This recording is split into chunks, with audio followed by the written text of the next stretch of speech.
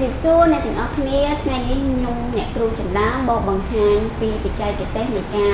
អ៊ុតសក់ត្រង់ជាមួយនឹងសរសៃសក់របស់ model ជាមួយនឹងសរសៃសក់ model យើងថាសរសៃសក់ model យើងជាសរសៃសក់អញ្ចឹងខ្ញុំមើលហើយថាសរសៃសក់ model យើងគឺជាសរសៃសក់ដែលគាត់មានធ្លាប់ឆ្លងកាត់ពណ៌ញឹកញាប់ហើយមានការ highlight ហើយនឹងសរសៃសក់គាត់គឺ smooth អញ្ចឹងអ្នកទាំងអស់គ្នាមកតាមដានពីជំនាញនៃការកក់សក់របស់ខ្ញុំជាមួយនឹងផលិតផលអ្វីដើម្បីឲ្យត្រូវជាមួយនឹងសរសៃសក់របស់ទាំងអ្នកទាំងអស់គ្នាតាមដានទាំងអស់គ្នា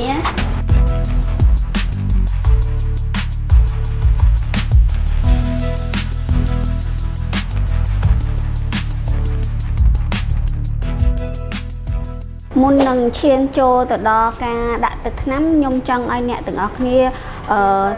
ដឹងអំពីហេតុអ្វីបានជាខ្ញុំគាត់ឲ្យស្ងួតមុននឹងដាក់ទឹកថ្នាំដោយសារតាសរសៃសក់របស់គាត់គឺជាសរសៃសក់ដែលមាន highlight ហើយនឹងមានពណ៌ហើយវាមានសភាពស្ងួតខ្លាំងហើយយើង apply ទឹកថ្នាំទៅលើសរសៃសក់អញ្ចឹងនាងខ្ញុំជ្រើសរើសជាមួយនឹងផលិតផល Bodastick Lotion ដែលវាអាចអ៊ុតទាំងសក់រួញហើយឥឡូវហ្នឹងនាងខ្ញុំឆ្នៃវាមកជាអ៊ុតសក់ត្រង់អញ្ចឹងអ្នកទាំងអស់គ្នាតាមដានពីបច្ចេកទេសរបស់យើងមួយជំហានទាំងអស់គ្នាដំបូងចានទី1នេះគឺយើងចាក់50ក្រាមសិនដោយសារតែសរសៃសក់គាត់រៀងច្រើនដែរអញ្ចឹងបើសិនជាមានការខ្វះអីយើងនឹងបន្ថែមជាបន្តទៀតអញ្ចឹងតោះអ្នកទាំងអស់គ្នាយើងមកមើលពីការ apply ទឹកថ្នាំរបស់នាងខ្ញុំទៅលើសរសៃសក់ទាំងអស់គ្នាការដាក់ទឹកថ្នាំរបស់យើងគឺយើងដាក់អញ្ចឹងណា1 2ហើយនាងខ្ញុំច្បូតទឹកថ្នាំនឹងអត់ឲ្យប៉ះទៅលើស្បែកក្បាលទេហើយដោយសារសរសៃសក់ខាងចុងរបស់គាត់គឺមានសភាពមាន highlight និងមានពណ៌ហើយនឹងស្ងួតខ្លាំងអញ្ចឹងការដាក់ទឹកថ្នាំរបស់ខ្ញុំគឺអត់ទាន់ដាក់ទៅដល់សរសៃសក់ខាងចុងទេ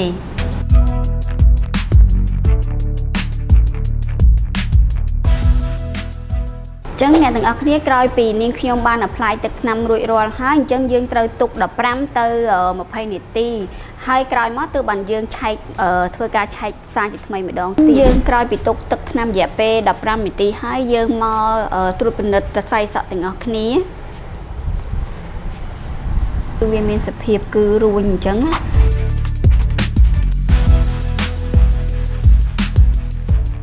អ្នកទាំងអស់គ្នាអាចមកតាមដានទាំងអស់គ្នាដោយសារឥឡូវខ្ញុំធ្វើការដាក់ទឹកថ្នាំទៅលើចុងសក់របស់គាត់ដោយសារចុងសក់គាត់គឺខ្សោយអញ្ចឹងខ្ញុំប្រើជាមួយនឹង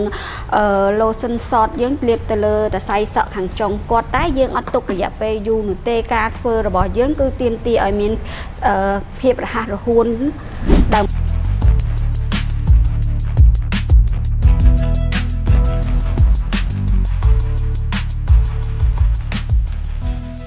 អ្នកទាំងអស់គ្នាមកតាមដាន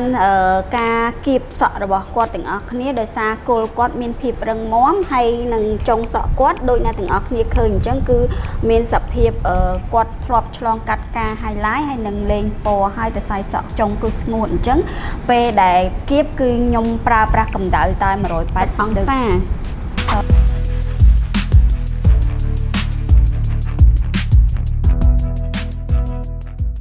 នេះដល់ជំហានទី2របស់យើងនៃការលាយទឹកថ្នាំទឹកទី2អញ្ចឹងនាងខ្ញុំជ្រើសរើស Galette N ជំនួសនៃ Bodastick លេខ3របស់យើងអញ្ចឹងបើសិនជាយើងអត់មាន Bodastick លេខ3ទេក៏យើងអាចជ្រើសរើស Galette លេខ N របស់យើងនឹងជំនួសគ្នាបានដែរដោយយើងលាយ Galette 100ក្រាមជាមួយនឹងសេរ៉ូម Bodastick យើងមួយទីបហ្នឹងយើងលាយជាមួយនឹងថ្នាំ100ក្រាម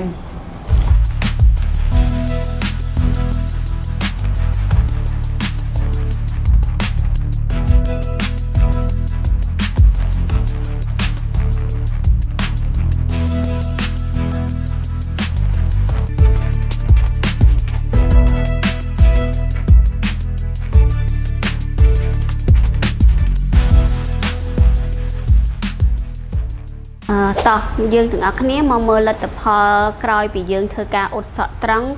ទាំងអស់គ្នាថាលទ្ធផលដែលយើងអ៊ុតជាមួយនឹងផលិតផល Galette ហើយនឹង Bodastick របស់យើងបញ្ចូលគ្នាជាមួយនឹងសរសៃសក់របស់ model យើងដែលគាត់មានពណ៌ហើយមាន highlight ហើយមានសភាព ស្ងួតតើលទ្ធផលទទួលបានយ៉ាងណានេះដូចអ្នកទាំងអស់គ្នាឃើញអញ្ចឹងគឺតែសាយសក់របស់គាត់គឺរលាស់រលោងហើយមានភាពភ្លឺហើយមានសំណើមខ្លាំងជាងមុនអញ្ចឹងបើសិនជាបងប្អូនដែលគាត់ចង់បានតិចនិចថ្មីអាចជួយ like ឬក៏មួយក៏ follow page ដើម្បីទទួលបានបច្ចេកទេសថ្មីឬមួយក៏វីដេអូថ្មីអរគុណច្រើនបាយបាយ